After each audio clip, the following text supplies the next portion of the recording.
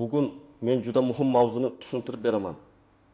6 million so'm pensiya islohoti 2026 yilda bu nimani anglatadi? Bu masala faqat pensionerlar uchun emas.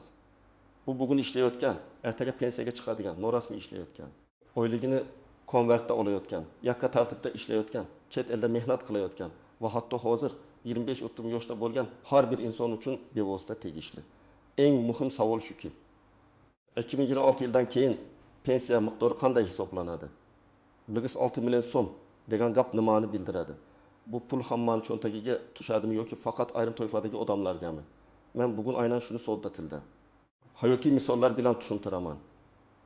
Videoni hoziroq kuzatib borishingiz uchun kanalga obuna bo'ling, like bosing, chunki bu ma'lumotni vaqtida tushungan odam keyin hujjat, staj va badal masalasida katta xatolardan qutuladi. Avval pensiya masalasida odamlar ko'pincha bitta narsaga suyanib kelgan. Davlat baribir pensiya beradi.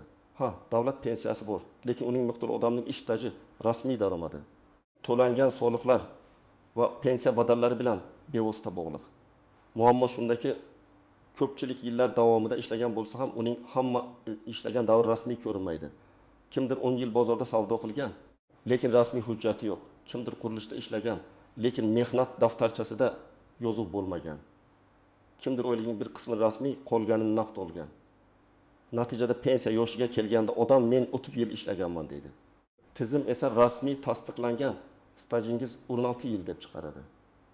Mana shu yerda 2026 yil atrofidagi pensiya islohoti haqida gaplar muhim bo'lib qoladi. Islohotlarning umumiy maqsadi pensiya tizimini yanada aniq, shaffof va odamning real mehnati hamda to'lovlari bilan bog'lashdir. Ya'ni kelajakda kim qancha rasmiy daromad olgan, qancha badal to'lagan degan savollar yanada muhim bo'ladi.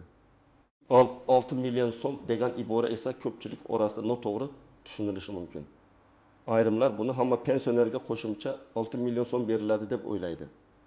Aslida masala bunday sodda emas. Men buni shunday tushuntiraman. Pensiya islohotida 6 million so'm atamasi turli kontekstlarda paydo bo'lishi mumkin.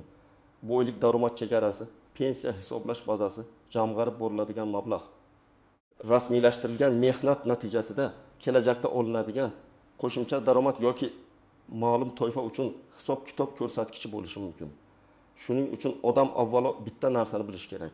Har qanday katta raqamni eshitganda, bu menga avtomatik tegadimi yoki men ma'lum shartlarni bajarsamgina tegadimi deb so'rash kerak. Avvalgi tizimda ko'p odam pensiya haqida faqat pensiya yoshiga yaqinlashganda o'ylardi. Masalan, erkak kishi 25 yoshdan keyin, ayol kishi 50 yoshdan keyin hujjatlarni ko'ra boshlardi. Shu paytda bilinar edi. Mehnat daftarchasida xatolik bor, korxona yopilib ketgan, arxivda ma'lumot topilmayapti. Ayrim yillar hisobga kirmagan. Ish haqi bo'yicha ma'lumotnoma yetishmayapti. Eng achinarlisi, odam vaqtida buni tekshirmagani uchun oxirida kamroq pensiya olishga majbur bo'lardi. Hozir esa jarayonlar raqamlashtirilmoqda. Ya'ni soliq organlari bandlik tizimi, pensiya jamg'armasi, mehnat shartnomalari va elektron ma'lumotlar bir-biriga bog'lanib bormoqda. Bu yaxshi tomoni odamning rasmiy ishlagan davri aniqroq ko'rinadi.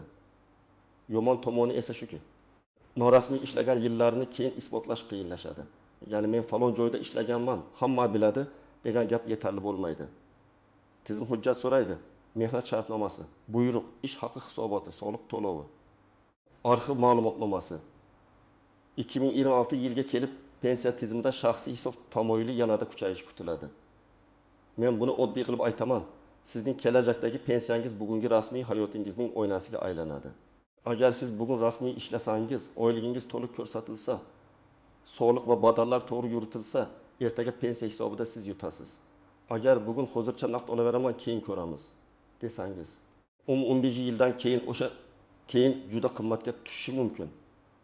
Manfaat nimalarni bilish kerak, kim xavotir olish kerak, kim kamroq xavotir olsa bo'ladi, birinchi bilish kerak bo'lgan narsa. Pensiya bu shunchaki yoshga yetganda beriladigan pul emas, balki uzoq yillik rasmiy mehnatning moliyaviy natijasidir. Albatta davlat minimal kafolatlar beradi. Lekin munosib pensiya olish uchun faqat yoshga yetish yetmaydi. Staj, daromad, hujjat, to'lov, elektron ma'lumotlar muhim. Kim xavotir olishi kerak? Birinchi navbatda norasmiy ishlayotganlar. Masalan, Akmal aka 45 yoshda usta. U oyga 7-8 million so'm topadi, lekin rasmiy ish joyi yo'q. Bugun u o'zini yaxshi his qilishi mumkin, chunki qo'lida naqd pul bor. Lekin pensiya tizimi nuqtai nazaridan qarasak, uning daromadi ko'rinmayapti. Agar u 15 yil shu tarzda ishlasa, hayotda katta pul ishlab topgan bo'ladi. Lekin pensiya hisobida bu yillar kuchsiz yoki umuman ko'rinmasligi mumkin. Demak, u bugundan o'zini o'zi band qilgan shaxs sifatida ro'yxatdan o'tishi, yakka tartibdagi tadbirkorlikni ko'rib chiqishi yoki rasmiy shartnoma asosida ishlash kerak. Ikkinchi xavotir olish kerak bo'lganlar, oyligining bir qismini rasmiy, bir qismini konvertda oladiganlar. Masalan, Dilnoza opa tikuv sexda ishlaydi. Amalda oyiga 5 million so'm oladi, lekin hujjatda 1 million so'm ko'rsatilgan. Bugun ish beruvchi soliq kamroq bo'ladi deb shunday qilishi mumkin. Lekin ertaga pensiya hisobida Dilnoza opaning real 5 millioni emas, rasmiy 20 millioni asos bo'lishi mumkin. Bu farq pensiya miqdorida sezilarli ta'sir qiladi. Odamlar ko'pincha buni juda kech anglaydi. Men har doim aytaman. Rasmiy oylik faqat bugungi soliq masalasi emas. Bu ertangi pensiya, kredit tarixi, ipoteka olish imkoniyati, ijtimoiy himoya va kasallik varaqasi uchun ham asosdir. 3-guruh mehnat daftarchasida eski yillar bo'yicha xatoliklar borlar. Masalan, 1998-yildan 2005 yilgacha korxonada ishlagan kishi bor. Korxona keyin yopilgan, hujjatlar arxiga topshirilgan yoki topshirilmagan. Agar mehnat daftarchasida muhr noaniq bo'lsa, buyruq raqami yo'q bo'lsa, lavozim yozuvi noto'g'ri bo'lsa, pensiya tayinlashda savol tug'ilishi mumkin. Shuning uchun men 50 yoshdan oshganlarga emas, hatto 35-40 yoshdagilarga ham maslahat beraman. Stajingizni hozirdan tekshiring. 4-guruh chet elda ishlayotganlar. Rossiya, Qozog'iston, Turkiya, Koreya yoki boshqa davlatlarda ishlayotgan yurtdoshlarimiz ko'p. Ular oyiga yaxshi pul topishi mumkin, oilasiga pul yuboradi, uyg'uradi. Lekin savol, ularning pensiya staji qanday hisoblanadi? Agar u odam chet elda rasmiy ishlasa, ikki davlat o'rtasidagi kelishuvlar, to'langan ijtimoiy badallar va hujjatlar masalasi muhim bo'ladi. Agar norasmiy ishlasa, bu yillar kelajakda pensiyaga kuchli ta'sir qilmasligi mumkin. Shuning uchun chet elda ishlayotganlar ham mehnat shartnomasi, ish beruvchi ma'lumotnomasi, to'lov hujjatlari, yashash va ishlash ruxsatnomalarini saqlab bo'lishi kerak. Endi 6 million so'm masalasini hayotiy misollarda ko'raylik. Tasavvur qilaylik, ikki kishi bor, Sardor va Jamshid. Ikkalasi ham 30 yoshda. Ikkalasi ham oyiga taxminan 6 million so'm ishlab topadi. Sardorning daromadi to'liq rasmiy. Mehnat shartnomasi bor. Ish haqi plastik orqali tushadi, soliqlar ko'rinadi. Jamshid esa xuddi shuncha topadi. Lekin rasmiy daromadi 20 million so'm yoki umuman yo'q. Bugun ikkalasining qo'liga tushayotgan pul o'xshash bo'lishi mumkin. Lekin 20-25 yildan keyin pensiya hisobida Sardorning foydasiga katta farq paydo bo'ladi. Chunki tizim Sardorning 6 millionlik daromadini ko'radi, Jamshidning esa real daromadini ko'rmaydi. Yana bir misol. Maftuna opa 22 yoshda 25 yil maktabda ishlagan. Uning ish staji rasmiy, ish haqi tizimida ko'rinadi. Hujjatlari tartibli. U islohotdan qo'rqmasligi kerak, lekin baribir elektron ma'lumotlarni tekshirishi zarur. Chunki ba'zan tizimda bitta harf xatosi, pasport almashganda ma'lumot yangilanmaganligi, familiya o'zgargani yoki eski korxona nomi noto'g'ri kiritilgani muammo chiqarishi mumkin. Demak, men davlat ishida ishlaganman, hammasi joyida deb beparvo bo'lish ham to'g'ri emas. Yana bir vaziyat. Rustam aka 20 yoshda, umrining ko'p qismini fermer xo'jaligida, keyin xususiy korxonada ishlagan. Ayrim yillar bo'yicha hujjati bor, ayrim yillar yo'q. U pensiyaga yaqinlashganda birdan hammasini yig'moqchi bo'lsa, vaqt yetmasligi mumkin. Arxivdan javob olish, korxonani topish, eski buxgalterni izlash, sud orqali faktni tasdiqlash kabi jarayonlar oylar, ba'zan yillar oladi. Shuning uchun islohotning eng katta signali shuki, hujjatni pensiya yoshida emas, hozirdan tartibga soling. Birinchi nozik jihat, hamma katta raqam ham qo'shimcha to'lov degani emas. 6 million so'm degan iborani eshitgan odam menga shuncha qo'shilar ekan deb xulosa qilmasligi kerak. Bu hisoblash bazasi. Daromad chegarasi, ma'lum ko'rsatkich, jamg'arma miqdori yoki shartli misol bo'lishi mumkin. Pensiya tizimida raqamning o'zi emas, uning nimaga nisbatan qo'llanayotgani muhim. Ikkinchi nozik jihat. Minimal pensiya va real ehtiyoj o'rtasida farq bor. Davlat eng kam darajadagi ijtimoiy himoyani ta'minlashi mumkin. Lekin oilaning oziq-ovqat, dori-darmon, kommunal to'lov, transport, kiyim-kechak, nabiralarga yordam kabi xarajatlari bor. Agar odam faqat davlat pensiyasiga suyanib qolsa, ayniqsa rasmiy staji kam bo'lsa, keksalikda moliyaviy bosim kuchli bo'ladi. Shuning uchun men pensiyani faqat davlatdan keladigan pul deb emas, Uch qismli tizim deb ko'raman. Davlat pensiyasi shaxsiy jamg'arma va farzand yoki oila yordamiga bog'lanib qolmaydigan mustaqil daromad. Uchinchi nozik jihat, ayollar uchun staj masalasi alohida muhim. Ko'p ayollar bola parvarishi, oilaviy sabablar, norasmiy mehnat, uyda tikuvchilik yoki xizmat ko'rsatish bilan shug'ullanadi. Ular jamiyatga juda katta mehnat qiladi, lekin bu mehnatning hammasi pensiya tizimida avtomatik ko'rinmasligi mumkin. Agar ayol uyda tikuvchilik qilsa, pishiriq tayyor uyda tikuvchilik qilsa, repetitorlik qilsa, go'zallik xizmat ko'rsatsa, u o'zini o'zi band qilish yoki qonuniy faoliyat shaklarini ko'rib chiqish kerak. Chunki kelajakda men ishlaganman deyish uchun faqat qo'shnilar guvohligi yetarli bo'lmasligi mumkin. 4-nozik jihat, ish beruvchining va'dasi bilan rasmiy hujjat bir xil narsa emas. Ba'zi ish beruvchilar xavotir olmang, hammasi bo'ladi deydi. Lekin mehnat shartnomasi tuzmaydi.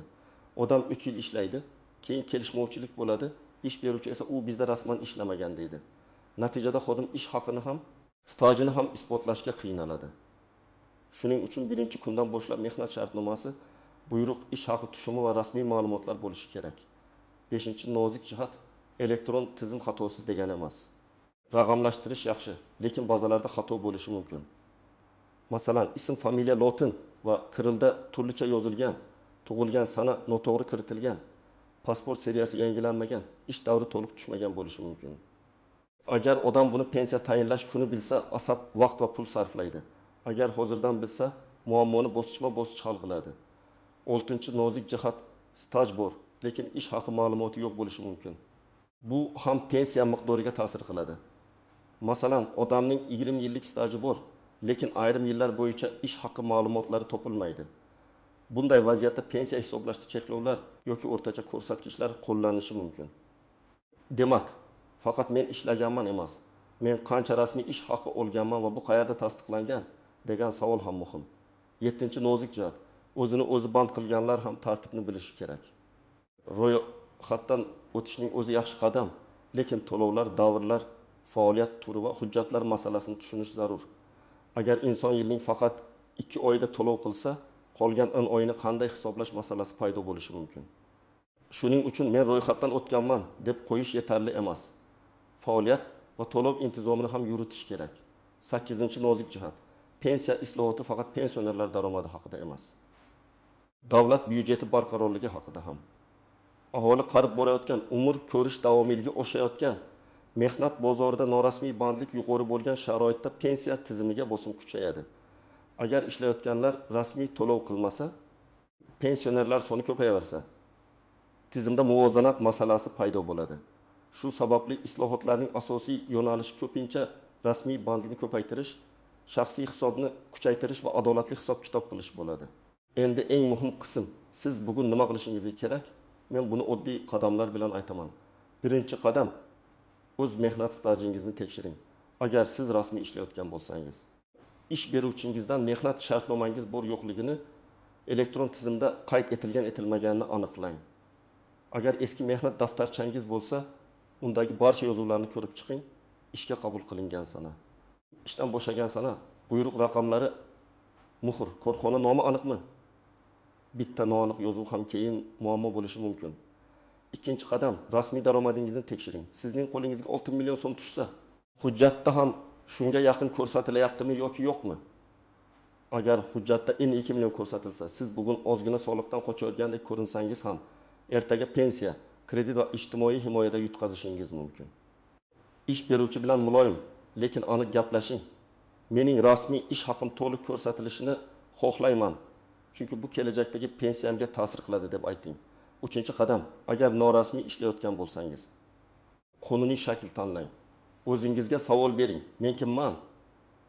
Ustamanmi, tikuvchimanmi, taksi haydovchisimanmi, repetitormanmi, dizaynermanmi, sartaroshmanmi, internet orqali xizmat ko'rsatamanmi?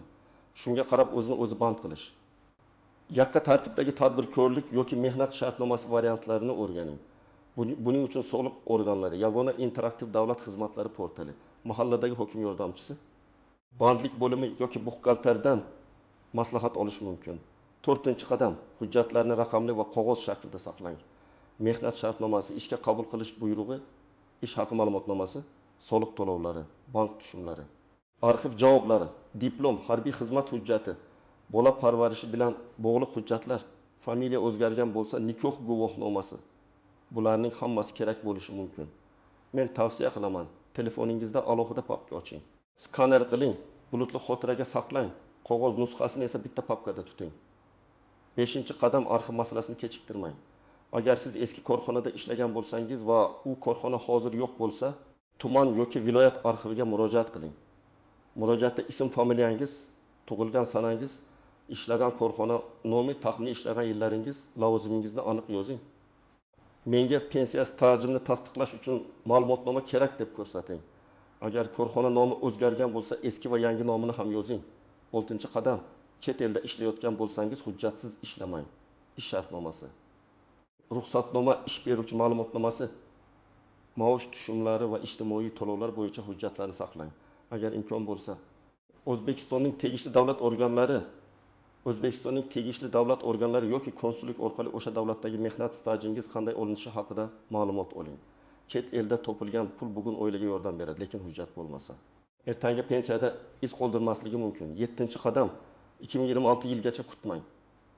Ko'pchilik qonun chiqsin keyin ko'ramiz deydi. Bu noto'g'ri. Pensiya islohoti qachon qanday kuchga kirishidan qat'iy nazar, rasmiy staj.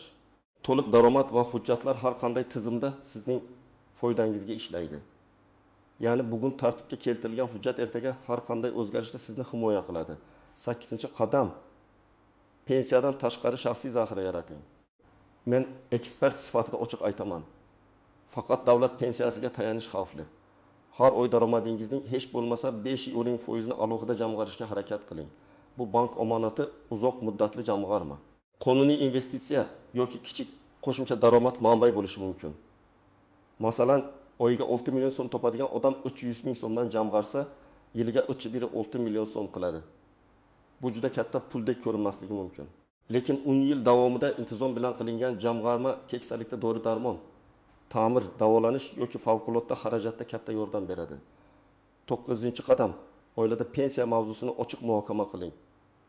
Ota-onangizning staji, hujjatlari, pensiya miqdori, imtiyozlari bor yo'qligini bilib qo'ying.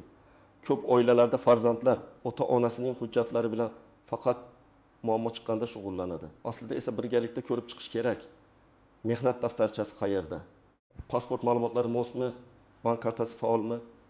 Imtiyozli toifaga kiradimi? Qo'shimcha nafaqa yoki kompensatsiyaga huquqi bormi? 10-qadam, rasmiy manbalarni kuzating. Pensiya masalasida mish-mish juda ko'p bo'ladi. Kimdir hammaga 6 million berilar ekan deydi. Kimdir pensiya bekor bo'lar ekan deydi. Yana kimdir staj kerak bo'lmas ekan deydi. Bunday gaplarga ishonmang. Pensiya jamg'armasi, hukumat qarorlari, qonun hujjatlari, soliq organlari va rasmiy izohlarga tayaning. Agar tushunmasangiz mutaxassisga savol bering. Noto'g'ri tushunilgan bitta xabar odamni noto'g'ri qarorga olib kelishi mumkin. Demak, 6 million so'm degan gapni eshitganda eng avvalo shuni tushunish kerak. Bu hamma odamga avtomatik qo'shimchacha pul beriladi degani bo'lmasligi mumkin. Pensiya islohotining asosiy mazmuni shundaki, kelajakda rasmiy mehnat, to'liq ko'rsatilgan daromad, aniq staj va tartibli hujjatlar yanada muhim bo'ladi. Kim bugun o'z daromadini yashirsa, norasmiy ishlasa yoki hujjatlarni e'tiborsiz qoldirsa, ertaga pensiya hisobida yutqazishi mumkin. Kim bugundan tartib bilan ishlasa, ma'lumotlarni tekshirsa, hujjatlarni yig'sa va shaxsiy zaxira yaratsa, islohotlardan qo'rqmaydi. Men sizga tavsiyamni yana bir bor aniq aytaman. Bugunoq stajingizni tekshiring. Rasmiy oyligingizni aniqlang. Mehnat shartnomangizni ko'ring.